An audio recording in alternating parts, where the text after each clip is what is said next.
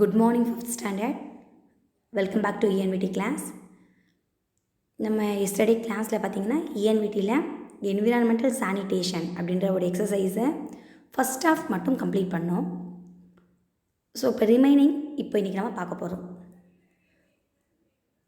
Remaining portions பார்க்குறதுக்கு முன்னாடி ஒரு சின்ன மாரல் ஸ்டோரியோட கிளாஸை ஸ்டார்ட் பண்ணுவோம். ஸோ ஒரு நாட்டை ஒரு அரசன் ரொம்ப சூப்பராக ஆட்சி செஞ்சுக்கிட்டு இருக்கிறாரு. ஒரு கிங் அந்த நாட்டை ரூல் பண்ணிக்கிட்டு இருக்கிறாரு. ஆனால் அந்த கிங் ரொம்ப கோபக்காரர். அடிக்கடி கோவப்படுவார். அப்படி கோவப்படும் போதெல்லாம் கொடுக்குற பனிஷ்மெண்ட்ஸ் ஹெவியாக இருக்கும். அந்த மாதிரியான ஒரு அரசர் தான் அந்த நாட்டை ஆட்சி செஞ்சுக்கிட்டு வராரு. அவர்கிட்ட ஒரு 10 காட்டு நாய் இருக்குது. எல்லாமே பார்த்திங்கன்னா ஒயில்டு டாகு. ஒரு 10 ஒயில்டு டாக் அவர் வளர்த்துக்கிட்டு இருக்கிறாரு. ஏன் அப்படின்னா, யாராவது அதை தப்பு செஞ்சிட்டாங்கன்னா அவங்கள தூக்கி அந்த நாய்ங்கக்கிட்ட கொடுத்துருவார். அந்த நாய் எல்லாமே அவங்கள சாப்பிட்டுடும். அந்த மாதிரி இருக்கிற ஒயில்டு டாக் ஒரு 10 ஒயில்டு டாக் அவர் வளர்த்துக்கிட்டு வராரு.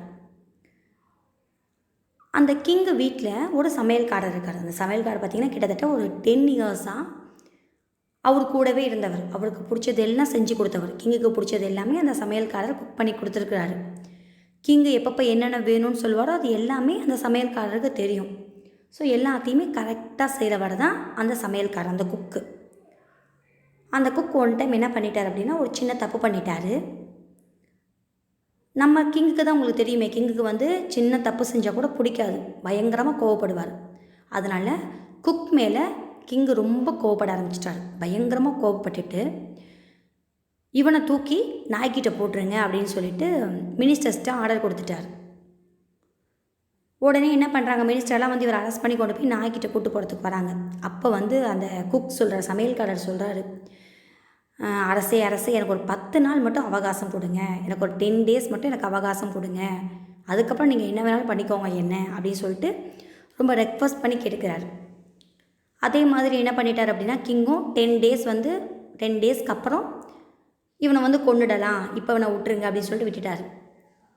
ஸோ இந்த சமையல்காரர் என்ன பண்ணுறாரு அப்படின்னா, நேராக அவங்களோட தோட்டத்துக்கு போகிறாரு. தோட்டத்தில் அந்த 10 நாயோட கார்டு இருக்கார் இல்லையா, அந்த 10 நாயும் பார்த்துக்கிட்டு இருக்கார் இல்லையா ஒருத்தர், அவர்கிட்ட போய் கேட்குறாரு, ஒரு 10 டேஸ்க்கு நான் இந்த நாயெல்லாம் பார்த்துக்கிறேன், நீங்கள் வேறு ஏதாவது வேலையை பாருங்கன்னு சொல்கிறாரு. அவரும் ஓகே சொல்லிட்டார். ஸோ இந்த டெய்லியும் இந்த சமையல்காரர் என்ன பண்ணுறாருன்னா, டெய்லியும் சாப்பாடு சமைச்சு அந்த நாய்ங்களுக்கு போடுறாரு. அதை டெய்லியும் குளிப்பாட்டி விடுறாரு. அதுக்கு என்னென்ன தேவையோ அது எல்லாத்தையுமே செய்கிறாரு. 10 டேஸ் முடிஞ்சிருச்சு. அரசர் கிங்கை என்ன சொல்கிறார் அப்படின்னா, அந்த சமையல்காரரை கூட்டிகிட்டு நாய்க்கிட்ட சாப்பாடாக போட்டுருங்கன்னு சொல்கிறாரு. ஸோ 10 டேஸ் முடிச்சதுக்கப்புறமா நாய் எல்லா டாக்ஸையும் ஒரே கேஜ்குள்ளே விட்டுட்டு இந்த சமையல்காரரை தூக்கி அதுக்குள்ளே போட்டுட்டாங்க. ஆனால் ஒரு 1 ஹவர் அந்த நாய் எதுவுமே பண்ணலை. எந்த நாயும் இவரை கடிக்கவே இல்லை. இவர் பக்கம் கூட வரல. இவரை பார்த்தா வால் ஆட்டுது. ராஜா கொஞ்ச நேரம் சென்று பார்க்குறாரு, இவன் செத்துட்டானா உயிரோடு இருக்கானான்னு. பார்க்கும்போது இவர் உயிரோடு தான் இருக்கிறாரு. நாய் பாட்டுக்கு அது வேலையை பார்த்துக்கிட்டு இருக்கு. உடனே இந்த ராஜாவுக்கும் சந்தேகம் வருது. உடனே அந்த சமையல்காரரை கூப்பிட்டு கேட்குறாரு, எப்படி 10 நாயும் பயங்கர பசியோடு இருக்கும், நான் யாரை கொடுத்தாலும் அவங்கள அது ஃபுட்டாக சாப்பிட்றோம், ஏன் ஒன்று மட்டும் இந்த நாய் ஒன்றுமே செய்ய மாட்டேன் இந்த நாய்ங்கெல்லாம் அப்படின்னு சொல்லி கேட்குறாரு. அதுக்கு அந்த சமையல்காரர் சொல்கிறாரு, நான் உங்ககிட்ட ஒரு 10 வருஷமாக வேலை பார்த்தேன். உங்களுக்கு எதெல்லாம் பிடிக்குமோ அதெல்லாம் செஞ்சேன். உங்களுக்கு எதெல்லாம் பிடிக்காதோ அது எதையுமே நான் செய்யலை. நீங்கள் எப்போ என்ன சொல்லுவீங்கன்னு தெரிஞ்சு நான் நடந்துக்கிட்டேன். ஆனால் நான் செஞ்ச ஒரு சின்ன தப்புக்காக என்னை நீங்கள் கொல்ல சொல்லி ஆர்டர் பண்ணிட்டீங்க. ஆனால் இந்த நாய் நான் ஒரு 10 நாள் அதுக்கு சமைச்சு சாப்பாடு போட்டேன். ஆனால் பாருங்கள் என்னை கொல்ல மாட்டேன்னது. ஸோ மனுஷனை காட்டியும் நாய் நன்றி உள்ளது அப்படின்றத நான் தெரிஞ்சுக்கிட்டேன் அப்படின்னு சொல்லிட்டு அந்த சமையல்காரர் சொல்கிறாரு. அந்த ராஜாவுக்கு ஒரு மாதிரி ஷேம் ஆகிடுச்சு. அதனால் எப்பயுமே சரி, don't burn a good book for a single error. ஒரு சின்ன தப்புக்காக அந்த புக்கையே நம்ம எரிக்கக்கூடாது.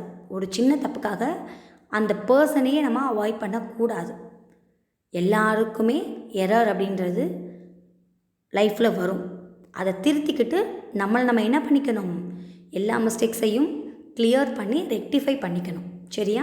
ஸோ இப்போ லெசன் ஸ்டார்ட் பண்ணலாம். 2.8 safety and first aid. Accidents happen due to our carelessness. Sometimes we are in hurry and we do things unsteadily. Therefore, we get into accidents. Most of the accidents can be avoided if we are steady in our activities and be very careful. The help we render to a person who has met with an accident before the arrival of the doctor is known as first aid. It means the first help given to an injured or sick person. If an injured person is bleeding too much, first aid can reduce the bleeding and save his life. A person who has met with a fire accident may have burns. First aid given to him may save his life from death due to burns. So நம்ம பார்க்க போகிற exercise என்ன பார்த்திங்கன்னா safety and first aid. இப்போ நம்ம எல்லாருக்கும் தேவையான ஒன்று. எது செஞ்சாலும் சேஃபாக செய்யணும். ஏன்னா எது எப்போ நடக்கும்ன்றது நமக்கு தெரியாது.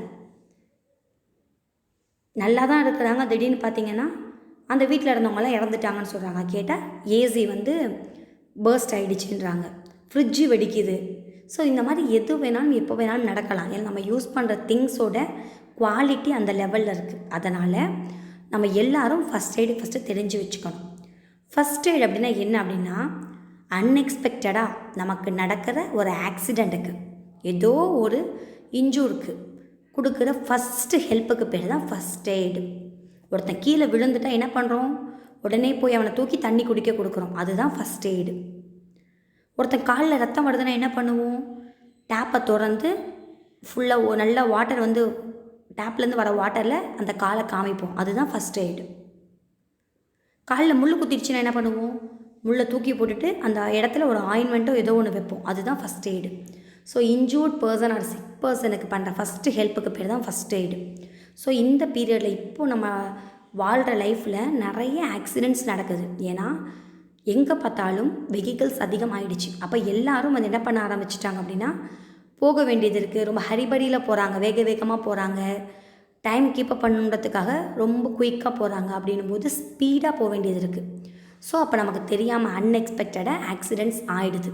அந்த மாதிரி நேரத்தில் ஃபஸ்ட்டு பண்ணுற ஹெல்ப்புக்கு பேர் தான் ஃபஸ்ட் எய்டு. அதை பற்றி தான் நம்ம இந்த லெசனில் பார்க்க போகிறோம். ஸோ நம்ம எல்லாருக்குமே ரொம்ப முக்கியமான ஒன்று. நம்ம ஊரில் என்ன பண்ணுவோம் அப்படின்னா, இப்போ ஏதாவது நம்ம டூ வீலரில் போய்கிட்டு இருக்கோம், யாராவது நம்மளை இடிச்சிட்டாங்க, நம்ம கீழே விழுந்துட்டோம், இல்லை நமக்கு இன்ஜூர்ட் ஆகிடுச்சு அப்படின்னா நம்ம கேஸ் கொடுக்குறோம், இல்லை போலீஸில் கம்ப்ளைண்ட் பண்ணுறோம் அப்படின்னா நம்ம டூ வீலரில் எவ்வளோ அடிபட்டிருக்கோ இல்லை நமக்கு எவ்வளோ அடிபட்டிருக்கோ அதுக்கான மணி மட்டும் பே பண்ணால் போதும். இப்போ நான் உங்கள் மேலே இடிச்சிட்டேன் அப்படின்னா உங்களுக்கு தேவையான மணியை நான் கொடுத்துட்டேன் அப்படின்னா என்னை ரிலீஸ் பண்ணிவிடுவாங்க. அது நம்ம கண்ட்ரியில். ஆனால் சைனாவில் என்ன பண்ணுவாங்க அப்படின்னா, யாராவது ஆக்சிடெண்ட் பண்ணிட்டாங்க அப்படின்னா காருக்கு அடிபட்டாலும் சரி, இல்லை டூ வீலரில் அடிபட்டாலும் சரி, இல்லை அந்த மெம்பருக்கு அடிபட்டாலும் அவங்களோட லைஃப் டைம் ஃபுல்லாக எல்லா செலவையும் எல்லா மெடிக்கல் எக்ஸ்பென்சஸையும் அந்த இடித்த பர்சன் தான் கிளியர் பண்ணணும். நான் உங்கள் மேலே இடிச்சிட்டேன், நம்ம சைனாவில் இருக்கோம் அப்படின்னா அடி எதுவுமே பட்டாலும் படலைனாலும் ஸோ நீங்கள் நல்லா இருக்கிற வரைக்கும், நீங்கள் எவ்வளோ நாள் இருக்கிறீங்களோ அவ்வளோ வரைக்கும் உங்களுக்கான எல்லா மெடிக்கல் எக்ஸ்பென்சஸையும் நான் தான் செலவு பண்ணணும். இது சைனாவில் ஃபாலோ பண்ணிக்கிட்டு இருக்கிறாங்க. ஸோ அவங்க ஆக்சிடெண்ட் நடக்காமல் ரொம்ப பார்த்து பொறுமையாக போகணும் அப்படின்றதுக்காக இதை ஃபாலோ பண்ணிக்கிட்டு இருக்கிறாங்க. அதனால் ஆக்சிடெண்ட்ஸ் அதிகமாக நடக்காதான் சைனாவில்.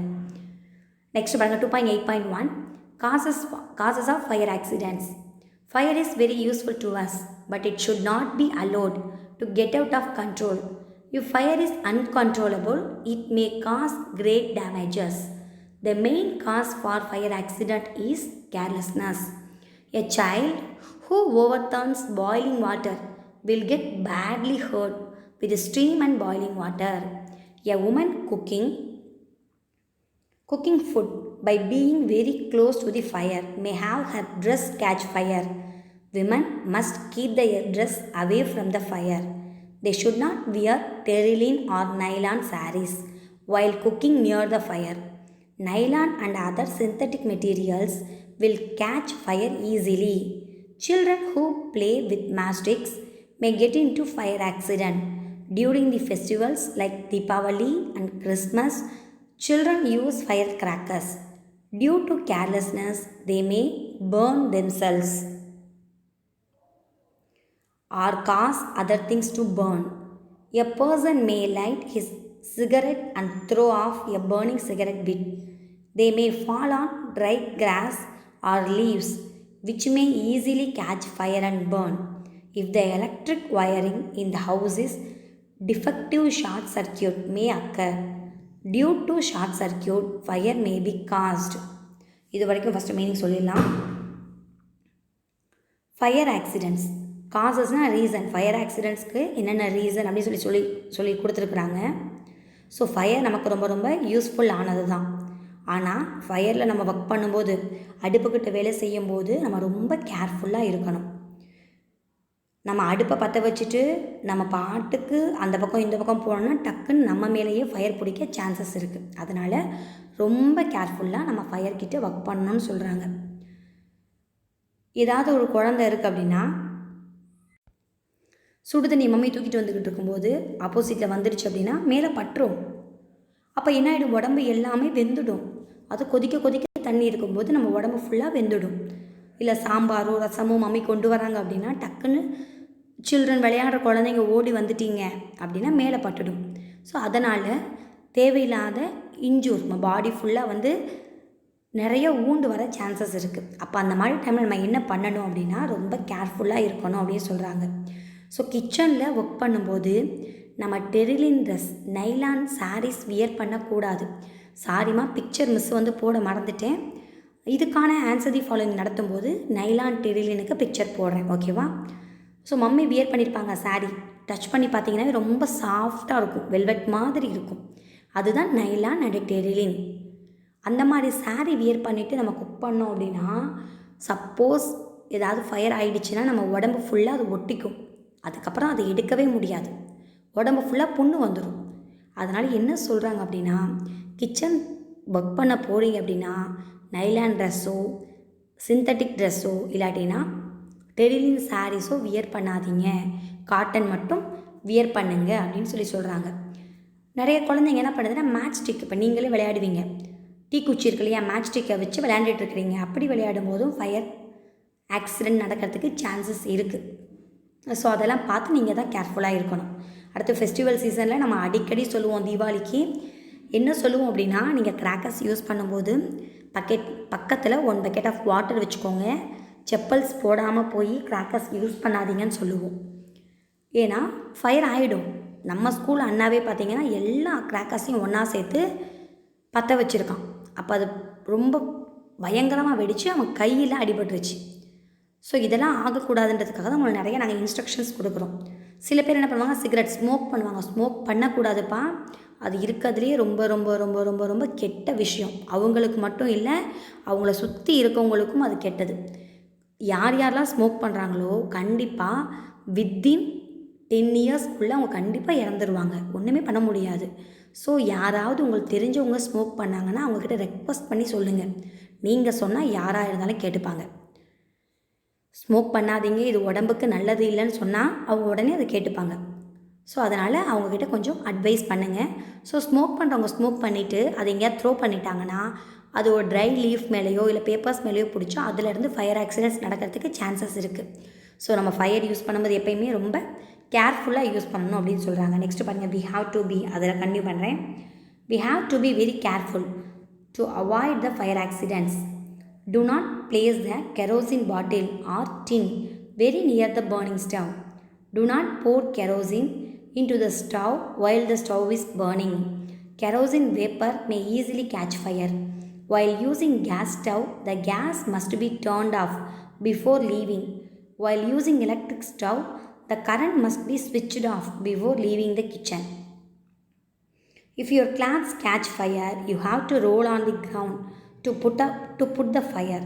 If some materials catch fire, you have to pour water on the fire. So fire accidents நடக்காமல் நம்ம தான் ரொம்ப ரொம்ப கேர்ஃபுல்லாக இருக்கணும். கெரோசின் அப்படின்னா மண்ணெண்ணெய் பாட்டிலை கிச்சன்லையோ அடுப்பு பக்கத்துலேயோ வைக்கக்கூடாது, வேறு எங்கேயாவது வைக்கணும் சேஃபான இடத்துல. ஏன்னா அதுலேருந்து என்ன ஈஸியாக ஃபயர் பிடிச்சிக்கும். கெரோசின் மீன்ஸ் மண்ணெண்ணெய். கெரோசின், பெட்ரோல், டீசல் இது எல்லாமே ரொம்ப சேஃபாக வச்சுக்கணும். ஈவன் சொல்லும்போது பெட்ரோல் பங்க்கு போனீங்கன்னாவே ஃபோன் யூஸ் பண்ணக்கூடாதுன்னு சொல்லுவாங்க.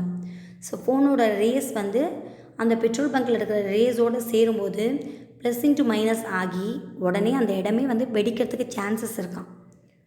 அப்போ அதெல்லாம் ஃபாலோ பண்ணணும். தென் மம்மி வீட்டில் சொல்லுவாங்க, வீட்டில் வந்து அடுப்பு எரிஞ்சிக்கிட்டு இருக்கும்போது hit spray, cockroach spray, mosquito spray, இந்த மாதிரி ஸ்ப்ரே நம்ம அடிக்கக்கூடாது. அப்படி அடித்தோன்னா சிலிண்டர் வெடிச்சிடும். ஸோ அடுப்பு ஆனில் இருக்கும்போது, கேஸ் அடுப்பு ஆனில் இருக்கும்போது ஹிட்டோ இல்லை குட் நைட்டோ இந்த மாதிரி ஸ்ப்ரேஸ் எதுவும் நம்ம அடிக்கக்கூடாது. இதெல்லாம் நீங்கள் தெரிஞ்சு வச்சுக்கணும். அப்போ தான் அதுக்கேற்ற மாதிரி ப்ரிகாஷனாக நம்மளால் இருக்க முடியும். கெரோசின் இருக்கிற இடத்துல ஃபயர் நடக்காத மாதிரி பார்த்துக்கணும். சப்போஸ் கெரோசின் ஃபயர் ஆகிடுச்சு, நம்ம உடம்பு ஏதாவது நெருப்பில் பிடிச்சிக்கிச்சு அப்படின்னா டக்குன்னு என்ன பண்ணிடணும், கிரவுண்டில் விழுந்து தரையில் விழுந்து புரளணும். அப்போ தான் நெருப்பு அணையும். அதை விட்டுட்டு தண்ணி எடுத்துலாம் ஊற்றிடக்கூடாது. தண்ணி எடுத்து ஊற்றினா புண்ணு இன்னும் அதிகமாகிடும்.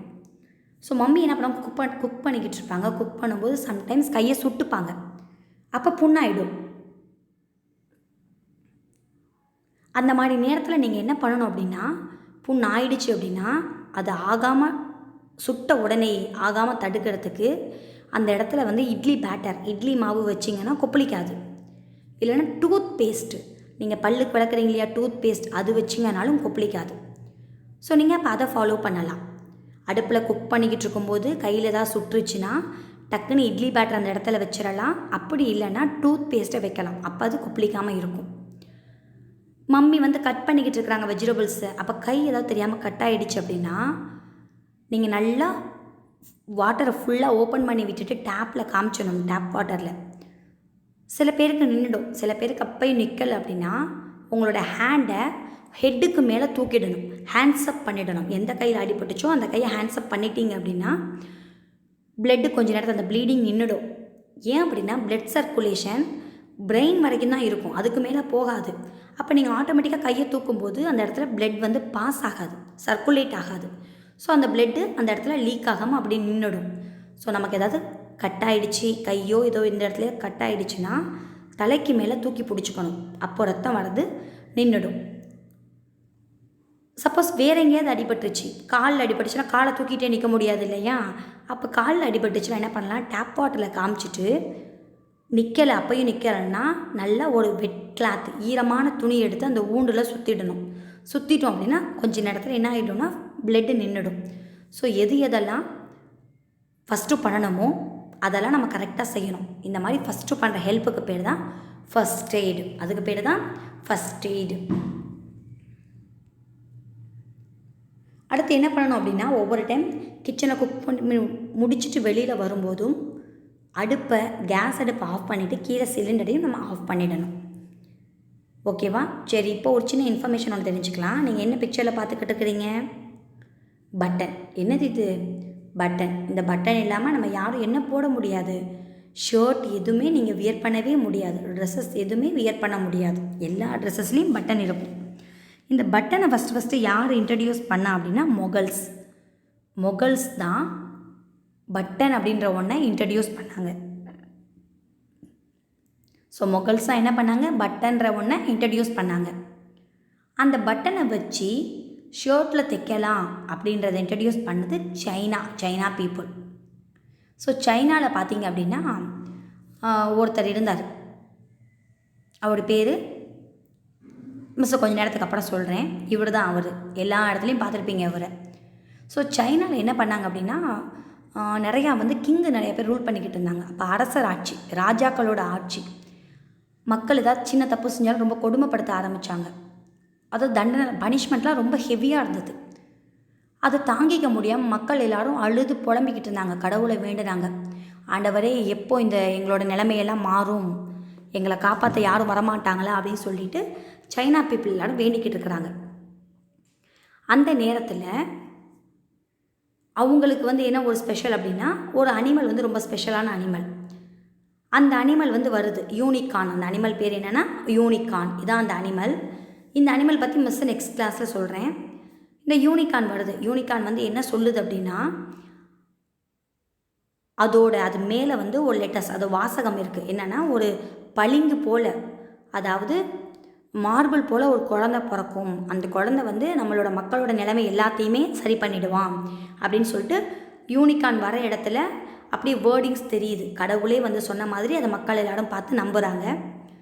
அப்படி நம்பின கொஞ்ச நாளைக்கு அப்புறமா ஒரு பையன் வந்து பிறக்கிறான் அவங்க ஊரில். அந்த பையன் தான் இந்த பையன். இந்த பையன் பேர் என்னன்னு பார்த்தீங்க அப்படின்னா குங்ஷியூ. இந்த பையன் பேர் குங்ஷியூ. இவன் பிறந்தோன்னா மக்கள்லாம் ரொம்ப நம்புகிறாங்க. யூனிகார்ன் வந்தப்போ நமக்கு வந்து கடவுள் வந்து தூது அனுப்பிச்சிருந்தார் இல்லையா, அதாவது ஒரு குழந்தை வந்து பிறக்கும், பிறந்ததுக்கப்புறம் நிலைமை மாறும்னு. அந்த பையன் இந்த பையன் தான் அப்படின்னு சொல்லிட்டு எல்லாரும் ஏற்றுக்க ஆரம்பிச்சிட்டாங்க. இவர் பேர் குங்ஷியூ. குங்ஷியூ அப்படின்னா அதாவது இவரோட பேருக்கு மீனிங் என்னன்னா குருநாதர். அதனால் சில பேர் என்ன பண்ணிட்டாங்க அப்படின்னா இவரோட நேம் அப்படியே டிரான்ஸ்லேட் பண்ணி பேரை மாற்றிட்டாங்க. என்ன பேர்னா கன்ஃபூஷியஸ். இவரோட பேர் கன்ஃபூஷியஸ். இவர் ஒரு சீனாவில் இருந்த ஒரு ஞானி, ஒரு எப்படி சொல்கிறது, ஒரு ஜீனியஸ் அப்படின்னு சொல்லலாம். இந்த கன்ஃபூஷியஸ் வந்ததுக்கப்புறமா தான் மக்களோட நிலைமை எல்லாமே மாறிச்சான். ஸோ பட்டனுக்கு ஆரம்பித்தோம், கன்ஃபூஷியஸ்க்கு வந்துட்டோம். சீனாவில் இருந்த ஒரு தத்துவ ஞானி தான் யாருன்னா கன்ஃபூஷியஸ். மக்கள் எல்லாரும் சந்தோஷமாக இருக்கணும், எப்பயுமே வந்து எல்லாருக்கிட்டையும் அன்பாக இருக்கணும், யாரும் யாரையும் ஹர்ட் பண்ணக்கூடாது, எல்லாரும் உதவி செய்யணும், இதெல்லாம் இவர் சொல்லியிருக்கிறார். அதனால தான் இவர் எல்லாருமே தெய்வம் மாதிரி பார்த்தாங்க. அப்படி இவர் என்னென்ன சொல்லியிருந்தார் அப்படின்னா அன்பு, அறிவு, துணிவு, வாய்மை அப்படின்னா எல்லாத்துலேயும் ஹானஸ்ட்டாக இருக்கிறது. அடுத்து உண்மை, ட்ரூத்ஃபுல்னஸ். இது 5ஐயும் எல்லாரும் ஃபாலோ பண்ணுங்கன்னு சொல்லியிருந்தார். அன்பு, அறிவு, துணிவு, வாய்மை, உண்மை, இது 5ஐயும் ஃபாலோ பண்ணுங்கன்னு சொல்லிட்டு சீனாவில் இருந்த ஒரு ஜீனியஸ் கன்ஃபூஷியஸ் சொல்லியிருந்தார். அதை ஃபாலோ பண்ணணுன்றதுக்காக சீனா பீப்புள் என்ன பண்ணாங்க அப்படின்னா ஷர்ட்டு தைக்கும்போது 5 பட்டன்ஸ் வச்சு தைச்சாங்க. ஸோ ஒரு பட்டனுக்கு, அதாவது காலர் பட்டன் இல்லாமல் ஷர்ட்டில் இருக்கிற பட்டன்ஸ் பார்த்திங்க அப்படின்னா ஃபஸ்ட்டு பட்டன் அன்பு, அறிவு, துணிவு, வாய்மை, உண்மை. இது யார் சொன்னதுன்னா கன்ஃபூஷியஸ் சொன்னது. இதை ஃபாலோ பண்ணுறதுக்காக ஷர்ட்டில் 5 பட்டன் வைக்கணும் அப்படின்றத ஸ்டார்ட் பண்ணது சைனா பீப்புள். யார் ஸ்டார்ட் பண்ணாங்க? China people. ஸோ பட்டன்ஸை இன்ட்ரடியூஸ் பண்ணது மொகல்ஸ். ஷர்ட்டில் பட்டன் வைக்கணும், 5 பட்டன் வைக்கணும் அப்படின்றத ஃபாலோ பண்ணது சைனா பீப்புள். ஓகேவா? இப்போ நம்ம லெசனுக்குள்ளே போகலாம். இவர் நேம் கன்ஃபூஷியஸ். இவர் நேம் என்னது? Confucius. May lower temperature water may lower the temperature and the fire may cease to burn. If the fire is due to kerosene, don't pour water. Kerosene will float on water and continue to burn. You have to throw sand on the fire to put it out. அடுத்து நம்ம மேலே fire ஏதாவது பிடிச்சிக்கிச்சுன்னா கிரவுண்டில் படுத்து புரண்டோம் அப்படின்னா fire நின்றுடும். Suppose நமக்கு கெரோசினால் fire ஆகிருக்கு, மண்ணெண்ணெயால் ஃபயர் ஆகிடுச்சு அப்படின்னா தண்ணி ஊற்றக்கூடாது. ஏன்னா தண்ணி ஊற்றினாலும் கெரோசின் என்ன பண்ணால் திரும்பி எரிய ஆரம்பிச்சிடும். அதனால் தண்ணி ஊற்றக்கூடாது. கெரோசினால் ஃபயர் ஆச்சு அப்படின்னா அவங்க என்ன பண்ணணும், அவங்க மேலே சாண்டை போட்டு அணைக்கணும். அவங்கள சாண்டில் உருள வச்சு கூட ஃபயரை நம்ம அணைக்கலாம். First aid can be given to burns due to fire. A clean piece of thin cloth may be spread on the wound. Then some solution of baking soda may be smeared on the cloth. Give plenty of water to drink. If the burn is severe, make the patient lie down. The patient's head and chest should be lowered. If the patient is conscious, give him enough liquid to drink. Then send for the doctor. While giving first aid, one should keep in mind that he or she has to prevent shock and control pain that may overtake the patient. Fire ஆகிடுச்சு அப்படின்னா கண்டிப்பாக first aid கொடுக்கணும். என்ன first aid கொடுக்கணும் அப்படின்னா அவங்க மேலே இருக்கிற ட்ரெஸ் எல்லாத்தையும் வியர் பண்ணிவிட்டு ஒரு மெலிசான கிளாத்தை அவங்க மேலே போற்றி விடணும். அந்த கிளாத்துக்கு மேலே என்ன பண்ணலான்னா கொஞ்சம் பேக்கிங் சோடா, மம்மி வச்சுருப்பாங்க வீட்டில் பேக்கிங் சோடா, அந்த பேக்கிங் சோடா எடுத்து ஸ்மியர்டு அப்படின்னா ஸ்ப்ரெட் பண்ணி விடணும், அங்கே இங்கேன்னு தெளித்து விடணும். அவங்கள நிறைய குடிக்கிறதுக்கு வாட்டர் தரணும். அவங்கள சுற்றி யாரும் நிற்காமல் அவங்களுக்கு ஃப்ரீயாக ஏர் வர மாதிரி பார்த்துக்கணும். அவங்க முன்னாடி ஐயோ அம்மா போச்சேன்னா கத்தக்கூடாது. யூஸ் பண்ணுற வேர்ட்ஸ் எல்லாமே குட் வேர்ட்ஸாக யூஸ் பண்ணணும், பாசிட்டிவ் வேர்ட்ஸாக யூஸ் பண்ணணும். ஸோ யாருக்காவது ஃபயர் ஆகிடுச்சு, ஃபயர் ஆக்சிடென்ட்ஸ் ஆகுது அப்படின்னா அவங்க போட்டிருக்க ட்ரெஸ்ஸை வியர் பண்ணி அதை ரிமூவ் பண்ணிவிட்டு அவங்க மேலே வந்து ஒரு ஒயிட் கிளாத்து, தின் கிளாத்தை வந்து போற்றி விடணும். அவங்கள ஒரு லீஃபில் படுக்க வச்சிடணும், ஒரு பெரிய பிளான்டைன் லீஃபில் படுக்க வச்சிடணும். மேலே ஒயிட் கிளாத்தை போற்றி விடணும். அதுக்கு மேலே பேக்கிங் சோடாவை ஸ்பியர்ட்னா அங்கே ஸ்ப்ரெட் பண்ணி விடணும். ஸோ குடிக்கிறதுக்கு நிறையா தண்ணி தரணும். அவங்க முன்னாடி பாசிட்டிவ் வேர்ட்ஸ் பேசணும். ஐயோ போச்சா போச்சா நாளைக்கு உயிரோட வரமாட்டான் அப்படின்லாம் சொல்லாமல் ஒன்றும் இல்லை நாங்கள் இருக்கோம்னு சொல்லிட்டு அவங்களுக்கு பாசிட்டிவ் எனர்ஜி கொடுக்குற மாதிரி பேசணும். அப்படியெல்லாம் செஞ்சோம் அப்படின்னா அவங்க என்ன பண்ணிவிடுவாங்க, கண்டிப்பாக உயிர் பொழைச்சிடுவாங்க. உண்மைப்பா, இது 100க்கு 100 உண்மை. ஏன்னா இப்போ ஒரு ரிசர்ச் பண்ணியிருக்கிறாங்க, மிஸ் கேள்விப்பட்டதை உங்ககிட்ட ஷேர் பண்ணிக்கிறேன். ஒரு சும்மா ஒரு காம்படிஷன் மாதிரி வைப்பாங்க இல்லையா, அந்த மாதிரி ஒரு டம்ப்டு ரூம்குள்ளே வந்து ஒருத்தரை வந்து இருக்கணும். இதுதான் காம்படிஷன். ஒரு டம்ப்டு ரூமில் ஒருத்தர் வந்து இருக்கணும். அவரை வந்து ஒரு பாம்பை கொத்த விடுவாங்க. அந்த பாம்பு கொத்தினதுக்கப்புறமும் அவர் உயிரோடு இருந்தார்னா அவருக்கு பணம் அப்படின்னு சொல்லிட்டு ஒரு காம்படிஷன் கண்டக்ட் பண்ணியிருக்காங்க. எந்த கண்டக்ட் மிஸ்ஸுக்கு தெரியல. ஸோ ஃபுல்லாக க்ளோஸ்டு ரூம். அந்த ரூமில் ஒரு பாம்பை விட்ட மாதிரி ஆக்ட் பண்ணியிருக்கிறாங்க. அதாவது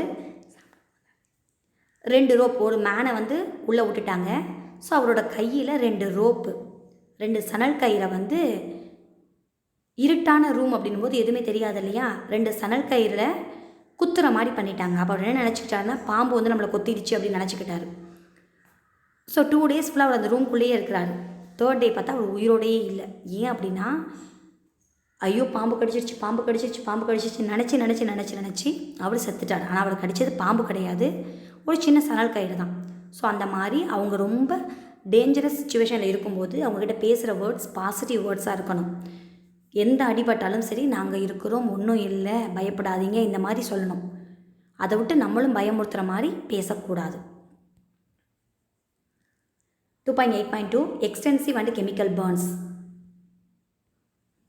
Extensive and chemical burns may be caused by acids or by boiling water or by burning coal. Explosion of chemicals may also cause burns. These burns are severe and greatly harmful. The patient may have shock due to severe pain. He or she should be at once removed to the nearby hospital or clinic. Utmost attention should be paid to save the patient.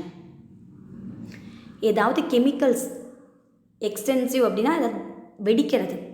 இப்போ கூட பார்த்திங்கன்னா ரீசெண்டாக வந்து முந்தானே சிவகாசியில் வந்து அந்த பட்டாசு தொழிற்சாலை crackers factory வந்து வெடிச்சிருச்சான். அந்த மாதிரி இருக்கிற போது என்ன பண்ணணும் அப்படின்னா, ஆசிட்னாலேயோ இல்லை கெமிக்கல்ஸ்னாலேயோ வெடித்து நமக்கு வந்து ஃபயர் ஆகிடுச்சு அப்படின்னா கண்டிப்பாக என்ன பண்ணணும் அப்படின்னா, அது ரொம்ப சிவியரான டேமேஜாக இருக்கும். அப்போ அவங்கக்கிட்ட போயிட்டு நம்ம சொல்லக்கூடாது, உங்களோட கண்டிஷன் ரொம்ப வந்து பயங்கரமாக இருக்குன்னு சொல்லிட்டு அவங்களுக்கு பயமுறுத்துகிற மாதிரி பேசக்கூடாது. அவங்களுக்கு தைரியம் கொடுக்குற மாதிரி பேசணும். ஆக்சிடெண்ட் ஆன உடனேயே கண்டிப்பாக பக்கத்தில் இருக்க ஹாஸ்பிட்டல் கூட்டு போயிட்டு ஃபஸ்ட் எய்ட் பண்ணிடணும். உங்களால் வீட்டிலையே ஃபஸ்ட் எய்ட் பண்ண முடிஞ்சால் பண்ணலாம். பட் ரொம்ப கிரிட்டிக்கலான சுச்சுவேஷனில் இருக்கிறாங்க அப்படின்னும் போது நியர்பை கிளினிக்னால் சின்ன ஹாஸ்பிட்டல், ஸோ நியர்பை கிளினிக்கு போய் அங்கே ஏதாவது ஒரு ஃபஸ்ட் எய்ட் அவங்களுக்கு கொடுத்துடணும். அப்படி கொடுத்தா தான் அந்த பேஷண்ட்டை, அந்த அடிபட்ட பர்சனை நம்மளால் காப்பாற்ற முடியும். நெக்ஸ்ட்டு ஃபஸ்ட் எய்டே பார்த்துக்கிட்டு இருக்கும்போது போரிங்காக இருக்கும், அதனால் வேறு ஒரு இன்ஃபர்மேஷன் தெரிஞ்சுக்கலாம். ஸோ இந்த ஆன்ட்டி பார்க்குறதுக்கு ஆன்ட்டி ஆர் கேர்ள், அவங்களோட ஃபேஸில் என்ன இருக்குது சொல்லுங்கள்.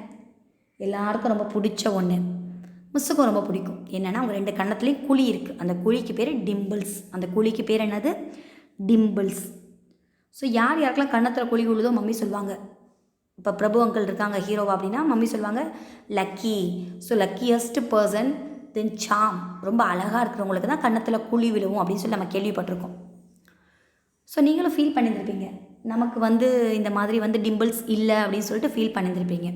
ஸோ டிம்பிள்ஸ் இருந்துச்சு அப்படின்னா அவங்களோட மசில்ஸ் க்ரோத் வந்து சரியில்லைன்னு அர்த்தமா. அவங்க வந்து அழகானவங்க, ரொம்ப வந்து லக்கியஸ்ட் பர்சன் அப்படின்லாம் அர்த்தம் கிடையாதான். யாருக்கெல்லாம் டிம்பிள்ஸ் இருக்கோ, கன்னத்தில் குழி இருக்கோ, அவங்களுக்கு அவங்களோட மசில்ஸ் வந்து ப்ராப்பராக வளரலை, அதனால தான் டிம்பிள்ஸ் இருக்குது. சரியா? ஸோ அந்த கன்னத்தில் இருக்க குழிக்கு பேர் என்னன்னா டிம்பிள்ஸ். கன்னத்தில் இருக்க குழிக்கு பேர் என்னது? Dimples. Next 2.8.3 Fracture is the break of bones. The break of bones is the fracture. One may have fracture due to one's carelessness. Children while playing may fall down and break their bone. Accidents may cause fracture.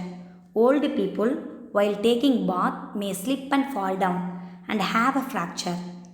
There are two kinds of fractures. One is called the simple fracture. In it, the bones break and stay in their places. The other is called the compound fracture. Fracture spelling தப்பா இருக்குப்பா. Second one la compound fracture la. In it, the broken bones may pierce the flesh and cause severe wounds. The hidden fracture can be found out with the help of the following symptoms. There will be a lot of pain on the injured part. The patient cannot move the fractured part. There will be swelling at the fractured part. The person showing these symptoms must be given first aid at once. The fractured bone needs proper support. Avoid moving the person. If there is a fracture in the forearm, a splint, one above and one below the fracture may be tied. If you are not able to get splints, thick cardboard, straight sticks, or thickly folded newspaper may be used. If necessary, a sling may be used. If the leg bone is fractured, it must be tied with splints. The patient must be made to lie down comfortably. If necessary, he has to be placed on a stretcher and carried to the hospital. அடுத்து fracture பற்றி பார்க்க போகிறோம். ஒன்றும் இல்லை, easy தான். So கீழே விழுந்தோம் அப்படின்னா நம்மளோட போன்ஸ் வந்து பிரேக் ஆகுதுன்னா அதுக்கு பேர் தான் ஃப்ராக்சர். ஏதாவது நீங்கள் ஓடிக்கிட்டே இருப்பீங்க, ஓடி விளையாடும்போது ஏதாவது வழுக்கி விட்டுரும், அந்த மாதிரி டைமில் அடிபட்டுரும், அதுக்கு பேர் தான். அப்போ அந்த பெயின் வந்து சிவியராக இருந்துச்சுன்னா அதுக்கு பேர் தான் ஃப்ராக்சர். ஸோ ஃப்ராக்சரை டூவாக டிவைட் பண்ணுறாங்க, simple fracture and compound fracture. So நீங்கள் விழுவும்போது ஜாயின்ட்ஸ், மூட்டு இருக்கு இல்லையா, அந்த ரெண்டு முட்டி, அந்த ஜாயின்ட்ஸ் வந்து மூவ் ஆகிடுச்சு, நழுவிடுச்சு அப்படின்னா அது சிம்பிள் ஃப்ராக்சர். அந்த போன் நழுவி கொஞ்சம் பிரேக் ஆகிடுச்சு அப்படின்னா அது compound fracture. So compound fracture அப்படின்றது ரொம்ப ரொம்ப காம்ப்ளிகேட்டானது. அந்த இடம் வந்து பயங்கர ஸ்வெல்லிங் ஆகிடும். ஸோ கீழே விழுவுறீங்க, இப்போ பாட்டி தான் குளிக்கிறாங்க, இல்லை நீங்களே வந்து குளிக்கும்போது கால் ஸ்லிப்பாகி விழுந்துட்டீங்க அப்படின்னா லைட்டாக வந்து வலி இருக்கும். ஸோ டாக்டர்கிட்ட போனீங்க அப்படின்னா மூட்டு நழுவிடுச்சு அப்படின்னு சொல்லுவாங்க. அது சிம்பிள் ஃப்ராக்சர். அதுக்கு கட்டு போட்டால் கொஞ்சம் நாளில் சரியாயிடும். சில பேருக்கு என்னன்னு சொல்லுவாங்கன்னா, அந்த புத்தூரில் போயிட்டு கட்டு போடணும்னு சொல்லுவாங்க.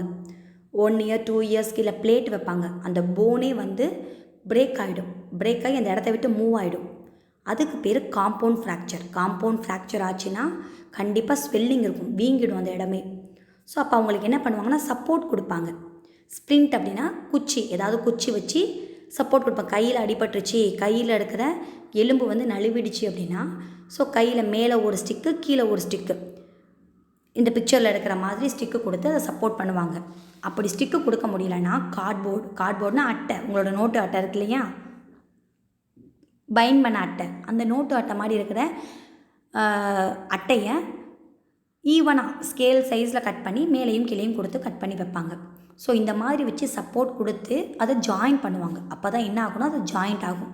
ஸோ ஃப்ராக்சரில் 2 types ஆஃப் ஃப்ராக்சர் இருக்குது. ஃப்ராக்சர் அப்படின்னா போன்ஸ் வந்து நழுவுறது, அந்த இடத்த விட்டு மூவ் ஆகிறதுக்கு பேர் தான் ஃப்ராக்சர். ஸோ போன் வந்து அந்த இடத்துலேருந்து மூவ் ஆச்சுன்னா அதுக்கு பேர் சிம்பிள் ஃப்ராக்சர். அந்த நழுவுன போன் வந்து சுத்தமாக நழுவி பிரேக் ஆகிடுச்சுன்னா அதுக்கு பேர் compound fracture. So compound fracture ஆச்சு அப்படின்னா அந்த இடம் கண்டிப்பாக ஸ்வெல்லிங் ஆகிடும், ஓவர் பெயின் இருக்கும், தாங்கிக்கவே முடியாத அளவுக்கு வலி இருக்கும். அப்போ என்ன பண்ணுவாங்க, டாக்டர்கிட்ட போகும்போது ஃபஸ்ட் எய்ட் பண்ணி ஸ்ப்ளிண்ட் வச்சு கட்டுவாங்கன்னு சொல்கிறாங்க. சப்போஸ் லெக் போன், நம்மளோட காலில் இருக்க லெக் போன் வந்து ஃப்ராக்சர் ஆகிடுச்சு அப்படின்னா அந்த இடத்துல என்ன பண்ணுவாங்க அப்படின்னா ஒரு குச்சி வச்சு கட்டி மேலே பார்த்துருப்பீங்க, நிறையா கவுண்டமணி செந்திலங்கள் காமெடிலாம் வரும், காலை வந்து அப்படி தொங்க விட்டுருவாங்க. காலை வந்து ஒரு ஸ்டிக்கோடு சேர்த்து வச்சு கட்டி அப்படி தொங்க விடுற மாதிரி பண்ணிவிடுவாங்க. நம்ம படுத்தியே தான் இருக்கணும். இதோட எக்ஸசைஸ் முடிய போகுதுப்பா, இதை மட்டும் முடிச்சிடலாம். 2.8.4 snake bite, how the poison reaches the blood, how the victim should be treated. In the villages, many people die of snake bite. Most snakes are not poisonous, but only some snakes are poisonous. Such snakes as viper, kite, and cobra are poisonous. All the sea snakes are poisonous. When a poisonous snake bites, the poison in its bag is pressed and sent into the duct, and from the duct into the fangs. The sharp fangs make holes in the skin of a person and inject the poison. The injected poison reaches the vein and from the veins to the heart. By the pumping of the heart, the poisonous blood reaches the brain. If immediate first aid followed by medical treatment is not given, the person will die. Cobra bite is very serious. Its venom reaches the brain through the nerves, so immediate death may occur. But in the case of vipers, the venom passes through veins, heart, and finally the brain. So immediate treatment should be given to those bitten by cobra.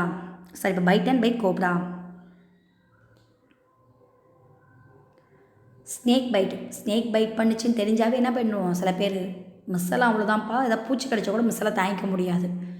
ஸ்னேக்லாம் கடிச்சிருச்சு கேட்டாவே அவ்வளோதான், பொட்டுன்னு போயிடுவோம். அந்த மாதிரி தான் இருக்குது. ஆனால் எல்லா ஸ்னேக்ஸுமே Poisson's தான். அதோட பைட் வந்து ரொம்பவே டேஞ்சரஸ். ஏன்னா அதோட பாய்சனை வேணும் அப்படின்னா அதோட பாய்சனை நம்ம ஸ்கின்னில் அது பாஸ் பண்ணிவிடும். ஸ்கின்னில் இருக்கிற பாய்சன் நம்மளோட நர்வ்ஸை ரீச் ஆகிடும். நர்வ்ஸ் அதை கொண்டு போய் நேராக என்ன பண்ணிவிடும் அப்படின்னா ஹார்ட்டு கொடுத்துட்டு அதுக்கப்புறம் பிரெயினுக்கு கொண்டு போயிடும். ஸோ ஃபஸ்ட்டு அதோட டங்கில் இருக்கிற வெனம் பாய்சனை நம்மளோட ஸ்கின்னுக்கு அது கொடுத்துரும்.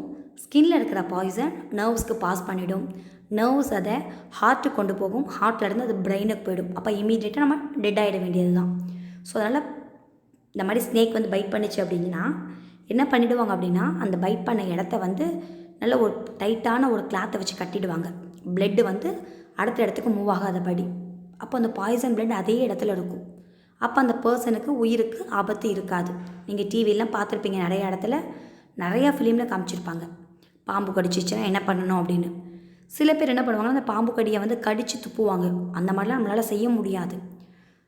பாம்பு எந்த இடத்துல கடிச்சிருக்கோ அந்த இடத்துல, இப்போ ஃபார் எக்ஸாம்பிள் என்னை கடிச்சிருச்சுன்னா என் கையில் இருக்கிற பாய்சனை வேறு யாராவது வாயில் சக் பண்ணி எடுக்கணும். அப்படி எடுக்கும்போது ஒரு சின்ன பிஞ்ச் ஆஃப் பார்ட்டு கூட வயிற்றுக்குள்ளே போயிடுச்சுன்னா அவங்க இறந்துருவாங்க. ஸோ அதெல்லாம் ரொம்ப டேஞ்சரஸ். ஸோ எல்லா ஸ்னேக்குமே வந்து பாய்சனஸ் தான். அதோட பாய்சன் வந்து நம்மளை வந்து கில் பண்ணிடும் அப்படின்னு சொல்கிறாங்க. இப்போ கூட மிஸ்ஸு ரீசெண்டாக பார்த்தேன், மேம்பா ஸ்னேக்குன்னு நினைக்கிறேன். அது கடித்து யாருமே இது வரைக்கும் உயிர் பொழைச்சதே இல்லையா. சில ஸ்னேக்ஸ் ரொம்ப பாய்சன். வைப்பர் சொல்கிறோம் இல்லையா, வைப்பர்னு அந்த விரியான்னு சொல்லுவாங்க. கட்டு விரியான், கண்ணாடி விரியான், அந்த வைப்பர். கோப்ரானா நல்ல பாம்பு, ராஜநாகம் சொல்லுவாங்க. ஸோ இந்த வைப்பர் பைட், கோப்ரா பைட் இது எல்லாமே ரொம்ப dangerous. The first aid to be given for a snake bite is this: make cross cut about 1/2 centimeter deep over the wound. Suck the wound and spit the poison out. Do it a number of times. Apply a tight bandage above the wound. This will help to prevent the poisoned blood reaching the heart. Then apply an ice pack over the wound. Carry the patient to a doctor. Do not give him alcohol in any form. Do not make him walk or do any other thing. So என்ன first aid சொல்கிறாங்கன்னா miss சொன்ன மாதிரி எந்த இடத்த கடிச்சிருக்கோ அந்த இடத்த வந்து நம்ம வாயை வச்சு அந்த இடத்துல இருக்க பாய்சனஸ் பிளட்டை சக் பண்ணிடணும். சக் பண்ணி எடுத்து அதை துப்பிடணும். இதே மாதிரி ஒரு 3 or 4 டைம்ஸ் செஞ்சோம் அப்படின்னா யாரை ஸ்னேக் பைட் பண்ணிச்சோ அவங்க உயிரை காப்பாற்ற முடியும் அப்படின்னு சொல்கிறாங்க. ஸோ அப்படி செஞ்சதுக்கப்புறமா அவங்களோட ஸ்கின்னில், அவங்களோட பாடியில் இருக்கும் இல்லையா ஊண்டு, நம்ம கடித்து எடுத்த பாய்சன் எடுத்த ஊண்டு, அதை பேண்டேஜ் போட்டணும். அவங்கள கொஞ்சம் நேரத்துக்கு அப்புறம் டாக்டர்கிட்ட கூட்டு போய் காமிக்கணும்னு சொல்கிறாங்க. ஸோ ஸ்னேக் பைட் பண்ணவங்களுக்கு கண்டிப்பாக ஆல்கஹாலிக் ட்ரிங்க் எதுவும் கொடுக்கக்கூடாது. கூல்ட்ரிங்க்ஸ் மாதிரியும் கொடுக்கக்கூடாது, ஆல்கஹால் எதுவும் கொடுக்கக்கூடாது. கொடுத்தா அவங்க டெட் ஆகிடுவாங்க. ஸோ இன்றைக்கி இந்த எக்ஸசைஸ் ஓவர் ஆகிடுச்சு. நம்ம இந்த எக்ஸசைஸில் என்னென்ன பார்த்தோம் அப்படின்றத நெக்ஸ்ட் கிளாஸில் நான் டீட்டெயில்டாக சொல்கிறேன். ஏன்னா இதுவே ஒரு 40 minutes ஆகிடுச்சு. ஸோ அதனால் நெக்ஸ்ட் கிளாஸில் நான் டீட்டெயில்டாக சொல்கிறேன். ஸோ ஃபஸ்ட் எய்ட் பற்றி நீங்கள் தெரிஞ்சுக்கிட்டீங்க இப்போது இன்றைக்கி கிளாஸில். ஸோ ஏதாவது கையில் அடிபட்டுச்சு இல்லை கட் ஆகிடுச்சு அப்படின்னா பிளட்டு வருதுன்னா டேப் வாட்டரில் காமிக்கணும். அப்படி இல்லைன்னா வெட் கிளாத்தை சுற்றணும். அப்படியும் இல்லைன்னா நம்ம ஹேண்ட்ஸ்அப் பண்ணி நின்றணும். அப்போ அந்த ப்ளீடிங் நின்றுடும். அடுத்து அடிபட்டுச்சு, வீக்கமாக இருக்குது அப்படின்னா அந்த இடத்துல ஐஸ் பேக் வைக்கலாம். கீழே விழுந்துட்டீங்க அப்படின்னா, எஸ்டர்டே கூட மிஸ் ஒருத்தவங்க சொன்னாங்கப்பா, கீழே விழுந்த உடனே அடிபட்டுருச்சு இல்லை நமக்கு வந்து ஒரு மாதிரி ஷாக்கில் இருப்போம். அந்த மாதிரி டைமில் உடனே ஜம்ப் பண்ணிடணுமா. அதுவும் பர்டிகுலராக பாய்ஸ். ஏன் அப்படின்னா அவங்களுக்கு வந்து அந்த ஷாக்கை வந்து பாய்ஸோட பாடியில் ஏற்றுக்க முடியாதான். ஸோ கீழே ஏதாவது விழுந்துட்டிங்கன்னா உடனே ஜம்ப் பண்ணிடணும். இது ஒரு ஃபஸ்ட் எய்டு தான். அடுத்து ஃபயர் ஏதாவது பட்டுருச்சு, புண்ணு வரப்போகுதுன்னா புண்ணு வராமல் இருக்கிறதுக்கு இட்லி பேட்டரை வைக்கலாம், வச்சா புண்ணு வராது. இல்லைன்னா டூத் பேஸ்ட்டை வைக்கலாம், வச்சா அந்த இடத்துல ஊண்டு குப்பிளிக்காமல் இருக்கும். ரொம்ப பெரிய ஃபயர் ஆக்சிடென்ட்ஸ் ஆகிடுச்சுன்னா அந்த பர்சனை ஒரு பிளான்டைன் லீஃபில் படுக்க வச்சு அவங்க மேலே ஒரு தின் கிளாத்தை போற்றி விட்டுறணும். அவங்களுக்கு குடிக்கிறதுக்கு நிறையா தண்ணி கொடுக்கணும். ஸோ இதெல்லாம் நம்ம வீட்டில் ஃபாலோ பண்ணுற ஃபஸ்ட் எய்டு. அடுத்து ஃபயர் ஆக்சிடென்ட்ஸ் நடக்காமல் இருக்கிறதுக்கு கெரோசினை கிச்சனுக்குள்ளே வைக்கக்கூடாது, மண்ணெண்ணெய் கிச்சனுக்குள்ளே வைக்கக்கூடாது. எதெல்லாம் ஈஸியாக ஃபயர் பிடிச்சிக்குமோ அது எதையுமே கிச்சனில் வைக்காமல் அவாய்ட் பண்ணிக்கணும். எப்போ நம்ம கிச்சனை விட்டு வெளியில் வரும்போதும் கேஸ் ஆஃப் ஆகிடுச்சா, சிலிண்டர் ஆஃப் ஆகிடுச்சான்னு செக் பண்ணிவிட்டு வெளியில் வரணும். சிலிண்டர் கேஸ் ஆனில் இருக்கும்போது ஹிட்டோ இல்லைன்னா காக்ரோச் ஸ்ப்ரே எதுவும் அடிக்கக்கூடாது. ஸோ இன்றைக்கி கிளாஸ் ஓவர். இந்த லாஸ்ட் இன்ஃபர்மேஷனோட கிளாஸை முடிச்சுக்கலாம். ஸோ பிக் இருக்கு இல்லையா, யூஸ்வலாக பிக்கால் மேலே அண்ணாந்து வானத்தை பார்க்கவே முடியாதான். நம்ம ஈஸியாக பார்க்கலாம், மேலே பார்க்கலாம், கீழே பார்க்கலாம், சைடில் பார்க்கலாம், எல்லா சைட்ஸும் பார்க்க முடியும். ஆனால் பிக்கால் மேலே அண்ணாந்து வானத்தை பார்க்கவே முடியாதான். அதுக்கு காட் அந்த மாதிரி க்ரியேட் பண்ணியிருக்கிறாரு. ஸோ ஒவ்வொருத்தவங்களுக்கு ஒவ்வொரு ட்ராபேக்ஸ் இருக்கும் இல்லையா, அந்த மாதிரி பிக்கால் வானத்தை பார்க்கவே முடியாது. So today class over. நம்ம நெக்ஸ்ட் கிளாஸில் இந்த லெசனில் இருக்கிற answer the following and one வேர்ட்ஸோடு மீட் பண்ணுவோம். Okay, thank you.